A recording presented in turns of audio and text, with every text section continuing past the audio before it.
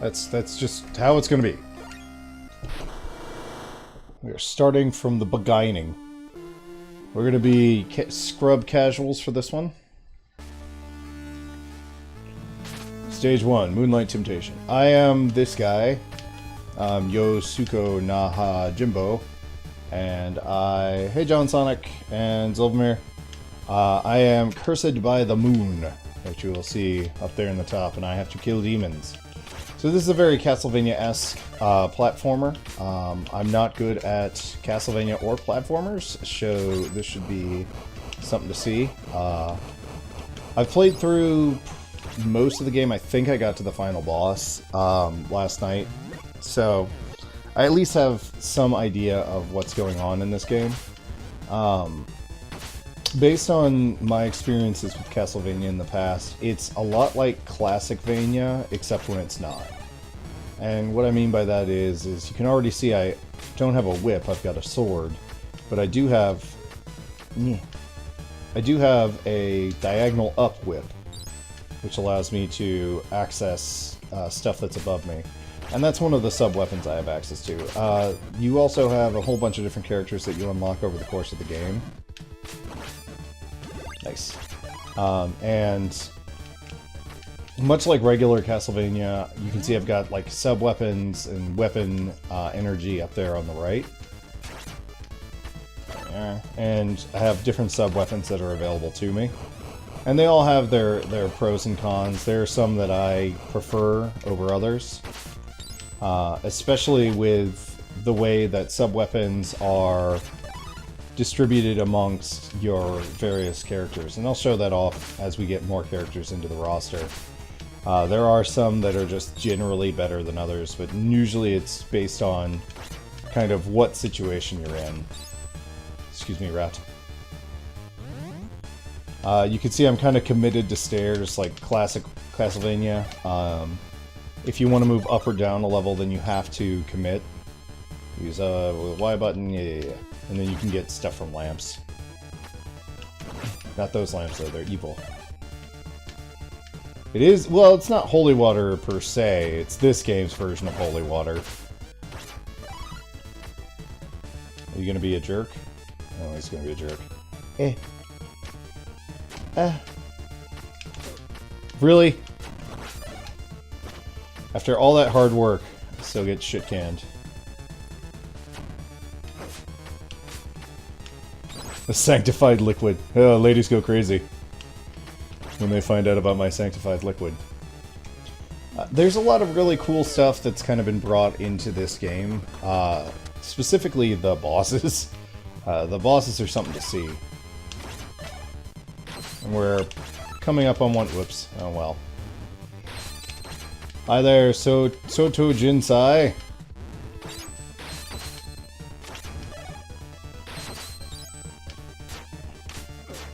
Now I can't really speak as an authority on classic Castlevania titles because I haven't played all of them.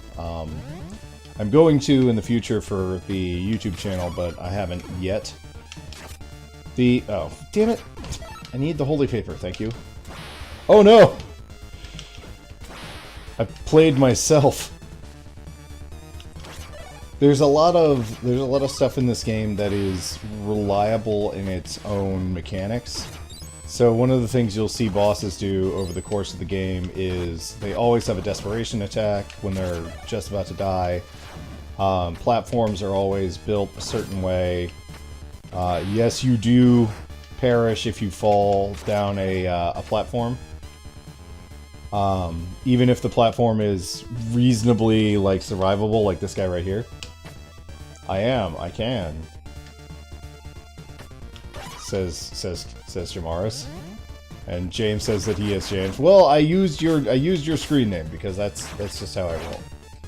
The game will also give you the ability to kind of, whoops, oh god, no. Yes, I escaped. The game will also give you the ability to kind of, like, see enemies ahead of time so you can build a strategy around them. And I'm willing to bet there's a holy script in here. Yep.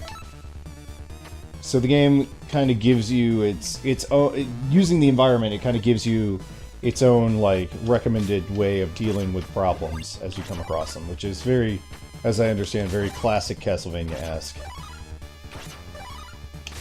Is this an upward? Yes. Alright. This is going to be the first boss. The possessed train engine. And right there you can just see the game is giving us an idea of what this guy can do.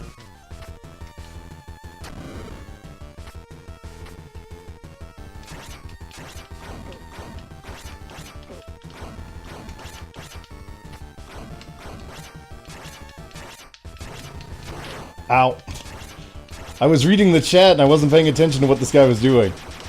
That is how you die in Castlevania, is you stop paying attention to the boss to read chat.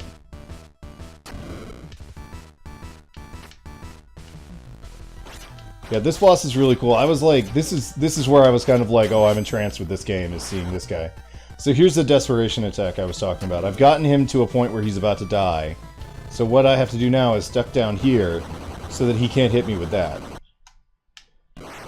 And every boss has a desperation attack like that.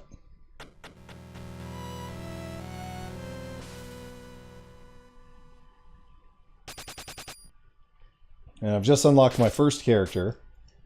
Or my first, I guess, secondary character, who is the Belmont of this game.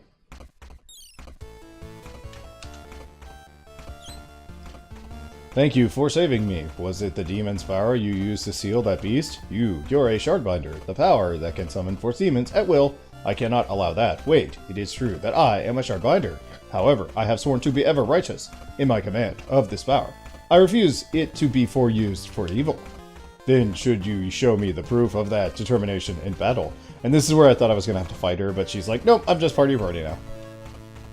So now we have Miriam. Miriam plays like a Belmont, and I will show you that.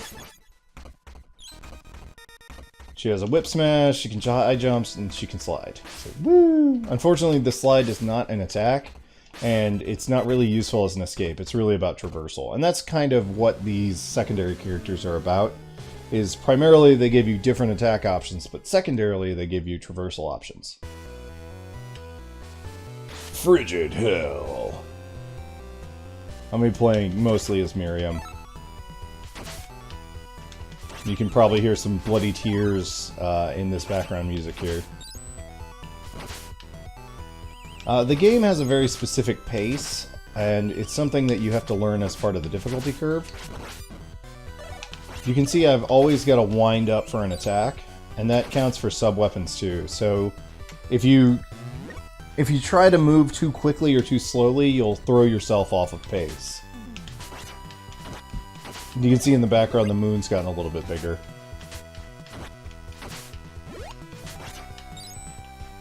Yeah, she's even got that same Belmont stride, that purposeful chest out, arms pumping, knees cocked. She knows what's up. Ow. Ow. Excuse me. Oh, I didn't stand on those stairs. Oh gosh. Oh golly. Kind of threw myself off rhythm there. I don't want the normal dagger. So one of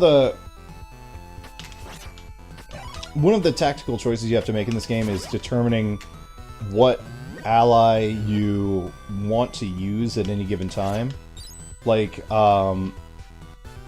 with Miriam, it's a lot about being able to attack both in front of her and above her.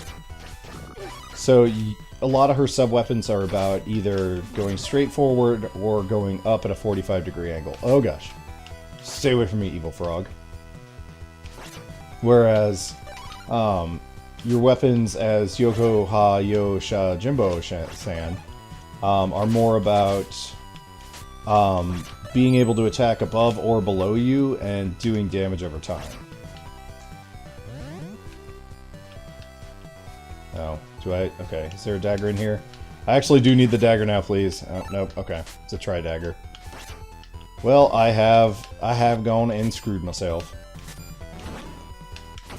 Get. Come on. like the classic Vanias, it's a lot about sort of knowing the pace of the game. And that's one of the reasons why I played the game ahead of time, is because if you, like, the first time you play this, you're going to look like a complete idiot. And that's just because you have to sort of learn the pattern of how the game operates. Oh, okay. Before you can really commit to being any good at it. No chicken? Okay, whatever. Fine, no wild chicken for Andrew. It's important to note that all sub-weapons and all attacks can go through walls. So you need to be aware of how that presents tactical opportunities for you. Wow, eat shit, guy. Threw a dagger directly into his fucking mush. There we are. See, this is what I was talking about. Like, the game is now giving me the option to... Ow! Giving me the option to attack these guys at a 45-degree angle. And if I were playing as the other character, it would have given me the appropriate sub-weapon for that.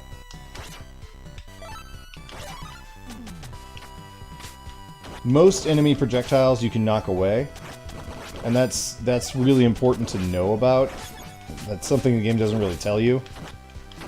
So for situations like that one where I was just kind of locked down, if I time it right, I can at least knock away one or more of his attacks to mitigate some of the damage that I take. Unfortunately, you kind of have to choose between mitigating some of the attack by counterattacking or by jumping out of the way. Take that, idiot. There, that's what I was talking about with traversal.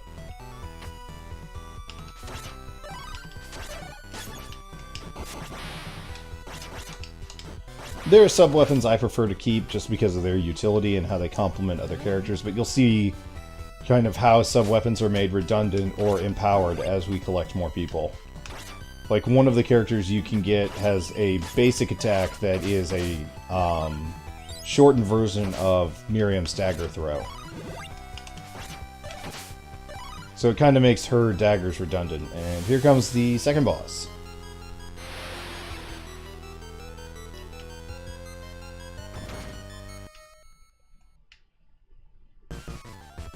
This guy is going to... Yeah, there we go. I needed to be closer for that. Oh, really? That's lame. I got hit by all three attacks like a dummy. 2, 3, and then here he comes. And he's invincible for right there. But you can really lay it into him. Oh, he's got bubbles! The deadliest of weapons. You can see I'm knocking away his projectiles here.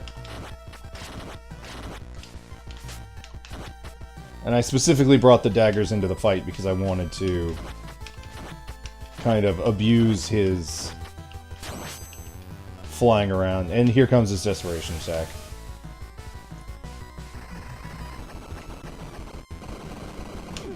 Blah! I really don't know how you're supposed to dodge some of these desperation attacks.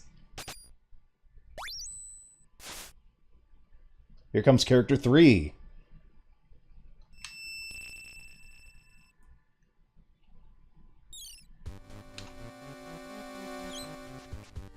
That I would be defeated by a demon. I have been thoroughly humiliated. I am Alfred, an alchemist. Alchemist. Use humans to fulfill your worldly desires.